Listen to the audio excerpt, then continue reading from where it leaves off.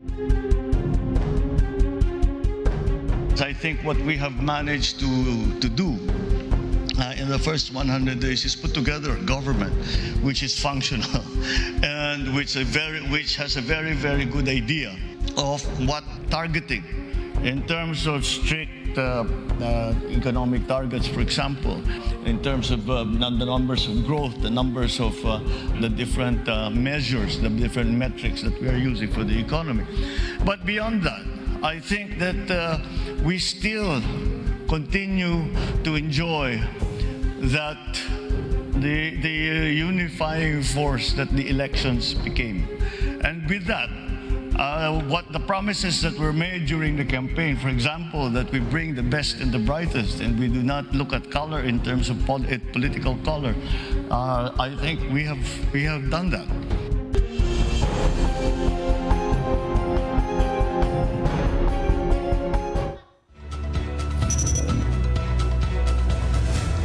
From the nation's capital, all sides, all the time, I'm Robbie Alampay. And I'm Gretchen Ho. The big story tonight. President Ferdinand Marcos Jr. claims his administration has achieved a functional government with the best and brightest officials in his first 100 days in office. And to boost the economy, the Marcos administration is eyeing to borrow $500 million from foreign sources, marking its debut in the international debt market. Arian Kalumbiran with the big story. The Marcos administration debuts in the international debt market as it seeks to borrow at least $500 million from foreign sources through a dollar-denominated bond offering. The government sold $2 billion with the issuance of bonds with tenors of 5 years and 10.5 years, as well as a 25-year green or sustainability bond. Proceeds of the bonds will be used for budget financing and for climate change and sustainable development efforts. Speaking to Radio 5's Ted Filon and DJ Chacha, Ateneo Economics Professor Alvin Ang says he is confident that the borrowing plan is part of the Finance Department's strategy to further boost economic recovery. Ngayon kasi ang utang natin karamihan nasa mga 60 to 70% local eh. Pero may mga pagkakataon na kailangan mong umutang sa international sapagkat yun nga, kaya tayo naging credit worthy, mataas yung rating natin. Para yan ay magamit natin kung kailangan. The Economist adds that it's impossible for the Philippines to default on its foreign debts as its credit rating remains manageable and has enough dollar reserves. This is the second dollar-denominated offering for 2022 and the first under President Marcos. Meanwhile, Marcos claims his administration was able to achieve a, quote, functional government with the best and brightest officials during his first 100 days in office. Speaking before the Manila Overseas Press Club, President Marcos said that 100 days into his 6-year term, he was able to put together a government that is driven to reach economic targets. The president also touted his visits to ASEAN countries like Singapore and Indonesia, saying these allowed him to show the world where the Philippines is headed economically. We bring the best and the brightest, and we do not look at color in terms of political color. I think we have done that.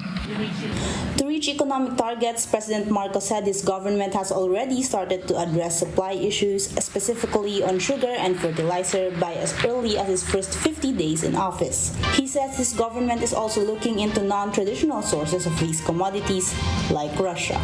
Senator Kip just brought up also this foreign policy between Ukraine and Russia, and we take a very balanced view, because the truth of the matter is we may have to deal with Russia for fuel, for fertilizer. Arian Kalumbiran, We Are One News. The Philippines' unemployment rate climbed to 5.3% in August. That is equivalent to 2.68 million jobless Filipinos, slightly higher than the 2.6 million recorded in July. This means an additional 78,000 were deemed unemployed in August. 14.7% of the population, that's more than 7 million workers, are meanwhile considered underemployed. These are workers who have expressed desire to have additional work hours or to have an additional job. The August underemployment rate is higher than the 13.8% recorded in July.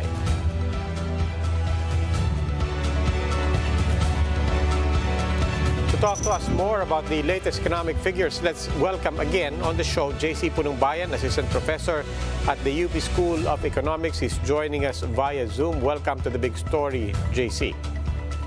Good evening again, Robbie and Gretchen. We were having this conversation yesterday. Technical problems got in the way, so let's pick up where we left off. I believe you were telling us about your assessment of the first 100 days of the Marcos administration, particularly in its handling of the economy. Yes, Robbie. So, as you said, the Marcos administration got a bit unlucky in the sense that they came into power in this time when global inflation is on the rise.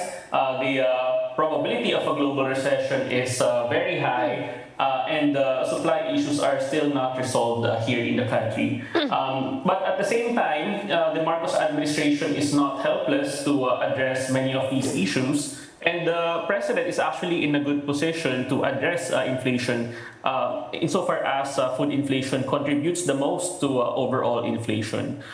So, for example, the president could have addressed many of the supply issues to boost production in agriculture, maybe to import more, and solve many of the value chain issues that he has been alluding to for the longest time. Yeah, but in the meantime, JC, I believe the first public surveys are coming out. Generally, good, confident assessments of the president in a lot of fields, but very, very clearly on the handling of inflation, in particular, relatively lower scores there in terms of public confidence. In the meantime, despite everything that you said that they could still do, no less than the Department of Agriculture is flagging probably another at least 20% rise in the price of rice in the coming months. What are the headwinds there for the rest of the quarter and in the coming year on how they can arrest food inflation and inflation in general? Well, actually, Pulse Asia came out with a survey today showing that 2 out of 3 adult Filipinos see controlling inflation as the top concern. And actually, this is the only issue wherein the president actually got a negative net rating. This is really sticking out as a main problem of the administration. And as you mentioned, there's a looming rice shortage by the end of this year. And for sure, that will only fuel inflation in the coming months. For its part, the Bangko Sentral has been doing its part. It has been raising interest rates in a bid to reduce demand and abate inflation. But the supply issues need to be addressed as well. And as I said, the Department of Agriculture as well as the other agencies are in a good position to address these, but they need to do more. Let's take a look at the unemployment and underemployment rates higher in August compared to July. And that's a given the high inflation rates, higher costs of living. People want to seek for more jobs to augment their incomes. And given that the president has said that he has gotten the best and brightest in government, now do you see a solid economic or post-pandemic recovery plan being formed as of the moment? Gretchen, we're actually poised to go back to 2019 levels of production very soon. But the bigger problem is going back to the pre-pandemic trajectory of GDP. And actually, the NEDA foresaw in the previous administration that it will take about a decade to get back to that pre-pandemic trajectory. So even if the Marcos administration is able to meet its most optimistic growth targets, actually it will take until 2034 for the Philippine economy to get back to its pre-pandemic trajectory. So this only shows that the economic scars from the pandemic are really quite deep, and this is a major concern that the Marcos administration will have to grapple with in the coming years. And speaking of those scars are not only deep, they are also global in nature. Being global, of course, having an implication on 2 key pillars for our economy, OFWs, BPOs. What do you see in those sectors, given that they are also very dependent on how the rest of the world recovers? Yes, many people are saying that actually they are beneficiaries of the weak peso. For example, OFWs are able to remit more pesos to their loved ones because of the weakening peso and the stronger dollar. But that is actually counteracted by the high inflation rate here domestically. So when prices are rising at a very fast pace, 6.9% based on the most recent data, that will actually eat away at the purported benefits of a weaker peso. And it is actually a concern of the government that they will have to deal with the dwindling supply of dollars in the country, especially as capital flees to other countries, especially the US, where it's more favorable to invest. And we can expect that the peso will actually continue to weaken for as long as the interest rates in the US continue to be going up in the coming months. Given that we are subject to many factors that are beyond our control, is there anything that government can do given the forecast, higher prices, inflation, also higher underemployment, unemployment rates? What can we do? Actually, Gretchen, there's a bit of good news in the labor statistics that came out today, in the sense that the labor force participation rate is at its highest level since the pandemic started. This only goes to show that with the reopening of the economy, more and more Filipinos are actually seeking work. And that's good news. That only tells us that the economy is somehow recovering in that sense. But when it comes to inflation, for example, the Department of Agriculture can provide more support for farmers, especially in buying fertilizers, which have already gone up in price. Actually, their prices have actually tripled in the past months. So many farmers have actually scaled production, and this might have repercussions in the coming months when it comes to agricultural supply. Importation as well could be a strategy, but as we saw in the sugar importation fiasco, the current administration is quite hesitant to import because of their commitment, their promise to pursue food sovereignty, meaning greater reliance on domestic production. But they will have to import more if they want to avoid drastic shortages of agricultural commodities in the coming months. All right, maraming salamat, JC Punongbayan, Assistant Professor at the UP School of Economics. After the break, we'll get updates regarding the investigation into the killing of radio broadcaster Percy Lapid. That and more when the big story returns. Keep it here on One News.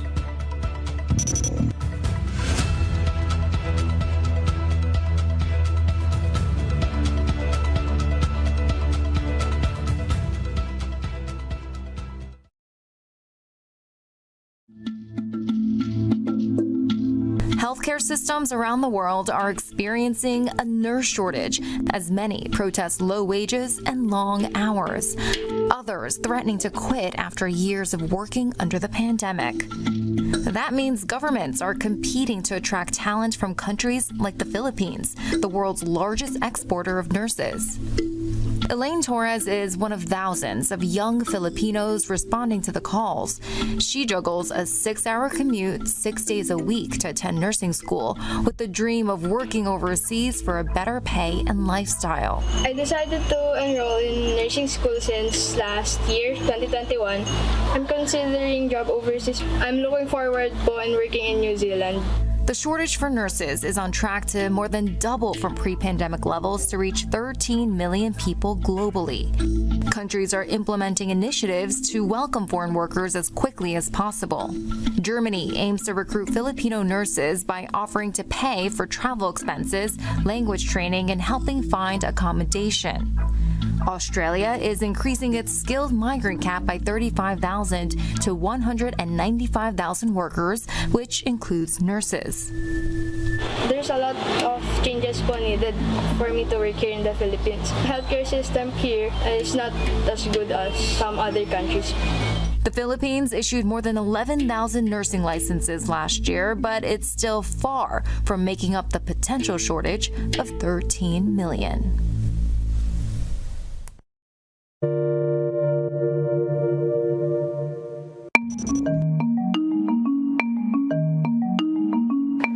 wars typically involve countries jockeying for weaker exchange rates to make their exports cheaper and more competitive to other countries.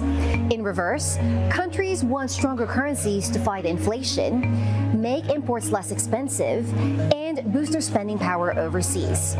That is the backdrop that we saw in the 1980s, which led to the historic Plaza Accord, an agreement among major nations to weaken the US dollar by jointly intervening in their currencies. The backdrop of the 1980s appears to be making a comeback now. Inflation is at a decade high for most countries, and the dollar's record strength is diminishing the value of money everywhere else. In the UK, the pound has lost about 20% of its value, and it fell to a record low after the government unveiled a fiscal plan that investors fear will put the country in a worse financial position. What's next? Watch for signs of countries intervening in their currency.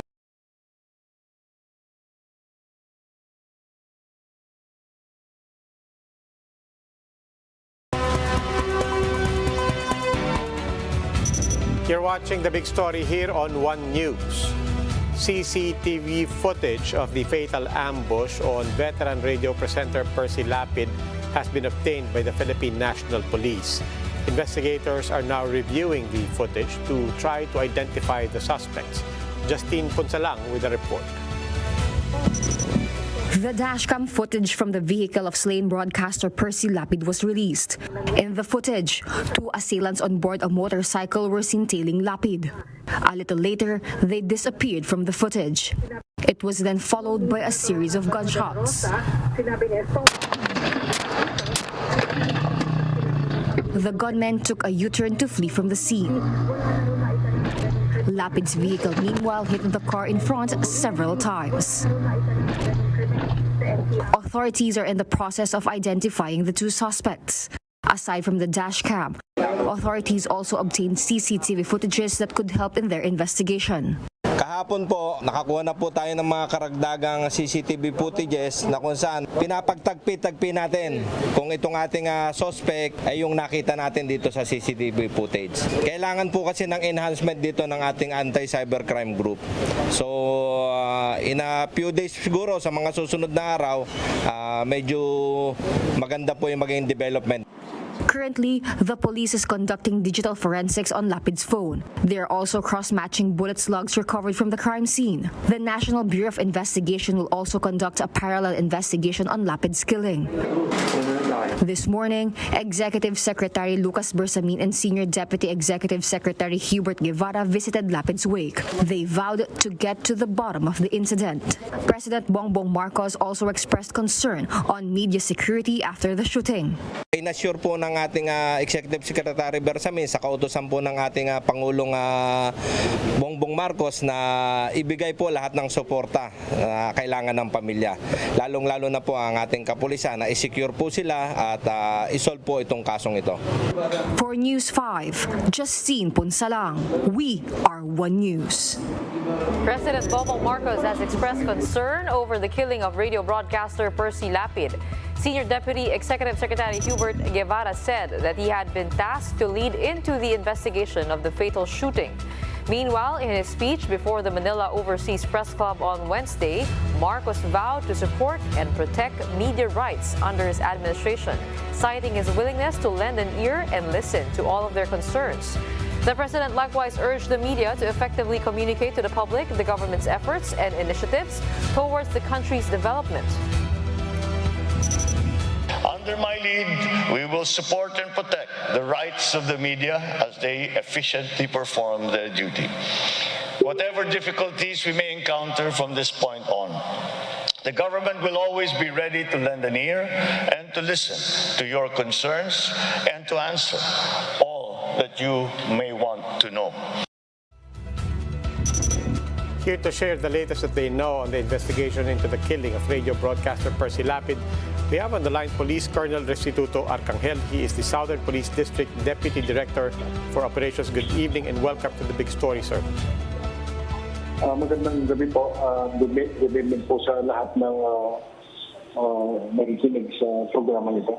Magandang gabi po. Ano po ba ang latest na alam natin? Are we looking into any particular motive? Are there any suspects you have in mind?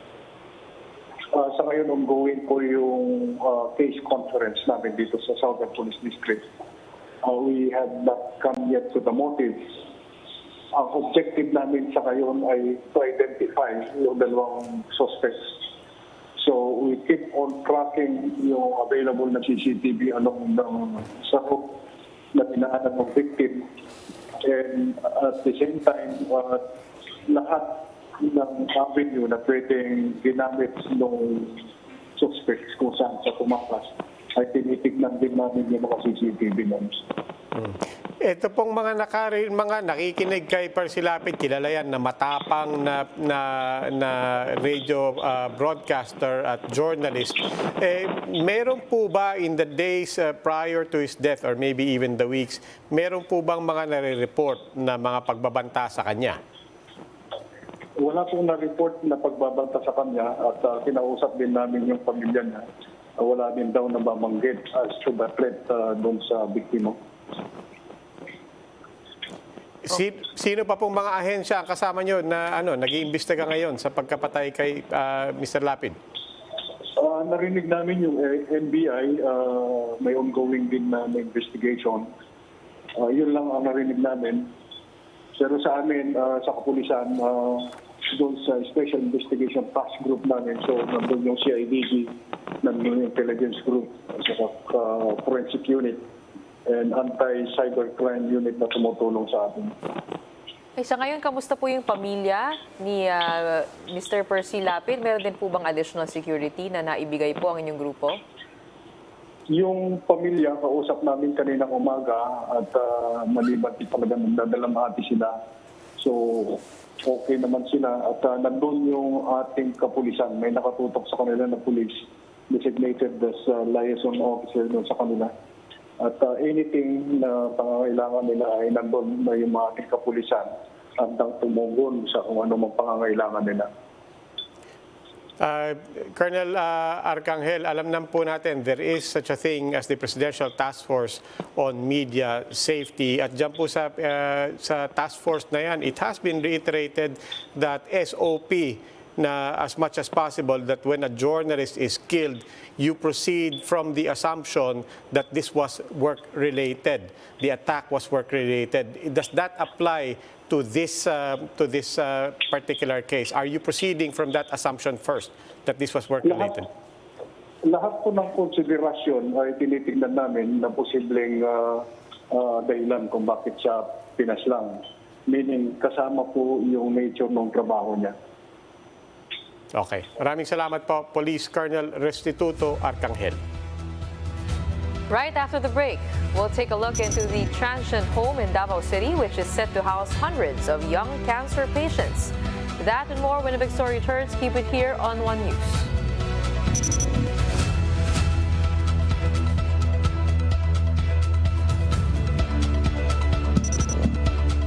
Last October 2, 29-year-old Richie Dumaluan agreed to participate in a laklak challenge against 5 other competitors. The challenge involved finishing a 750 ml bottle of liquor within 20 seconds to bring home a cash prize of 20,000 pesos. Richie, who accepted the dare to help with his father's medical bills, won the challenge. Siya yung unang nakatapos at saka siya lang po yung nakaubos. So after nun, ma'am, naka-receive siya ng 20,000.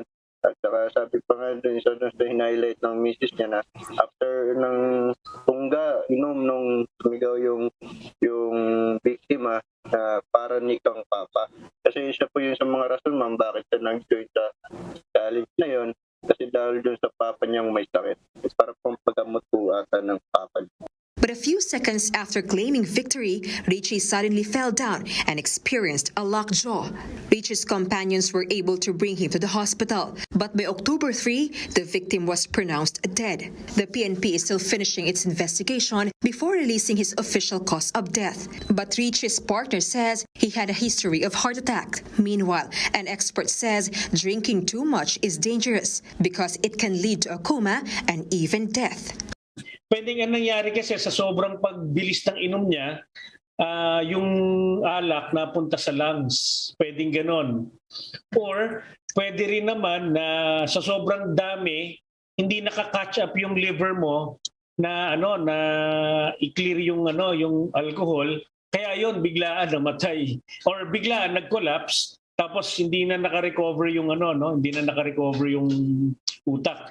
He advises the public to drink slowly and moderately to give our liver enough time to process alcohol. Dahan-dahan kang dapat uminom ng alcohol.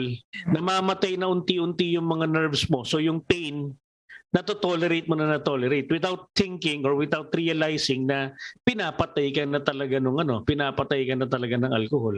Nakakaya na ng katawan mo eh. For News 5, Jenny Dongon, VOA1 News.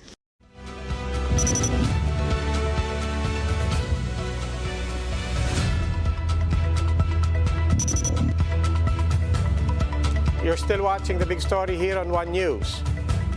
At least 34 people were killed in a mass shooting at a daycare center in Thailand. 22 of the 34 confirmed victims were children. The suspect supposedly forced his way into a locked room where children were sleeping. According to witnesses, he also attacked using a knife. After the initial attack, the gunman fled home, killed his wife and child before turning his weapon on himself. Authorities say the suspect was a former police officer who was discharged from service last year due to drug use. A hospital-based school program will soon rise in Davao to allow children with cancer to continue learning while getting proper medical care. Mobile journalist Yana Pascual gives us a front seat to the story.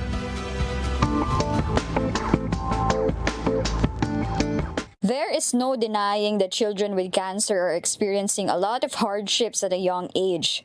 But despite their condition, just like other kids, these children still have dreams they wish to fulfill. That's why the Davao Regional Medical Center partnered with the House of Hope Foundation to give these kids a chance to study by initiating a hospital-based school program. This special program involves putting up an area that will serve as both a school and a transient home for the students and their parents. Matagal kasi ang treatment ng batang may cancer, no? Nakita namin na kailangan habang they're under treatment, tuloy ang kanilang normal life. The program also aims to encourage children with cancer who are living far away from hospitals to get proper medical attention. Tatawid lang sila ng building, madali na for them. Masaya sila kasi makakapaglaro sila, parang bahay na nila. Makakapagluto ang mga parents na makakapag-aral ang mga bata. So yun po yung pinaka-primary goal namin po lahat. The 3-story transient home will feature its own lobby, admin office, bedrooms, washrooms, entertainment center, dining hall, kitchen, laundry area, and of course, several classrooms. The transient home, as well as all learning materials that will be used in the program, is free of charge. For now, the House of Hope Foundation is accepting any form of donation for the benefit of the children. Mobile journalist Yeda Pascual. We are One News.